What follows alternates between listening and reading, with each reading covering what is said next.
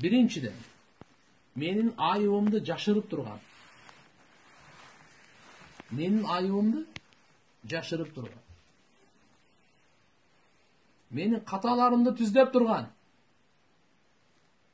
Мен жокто, мени сурап турган абалымды.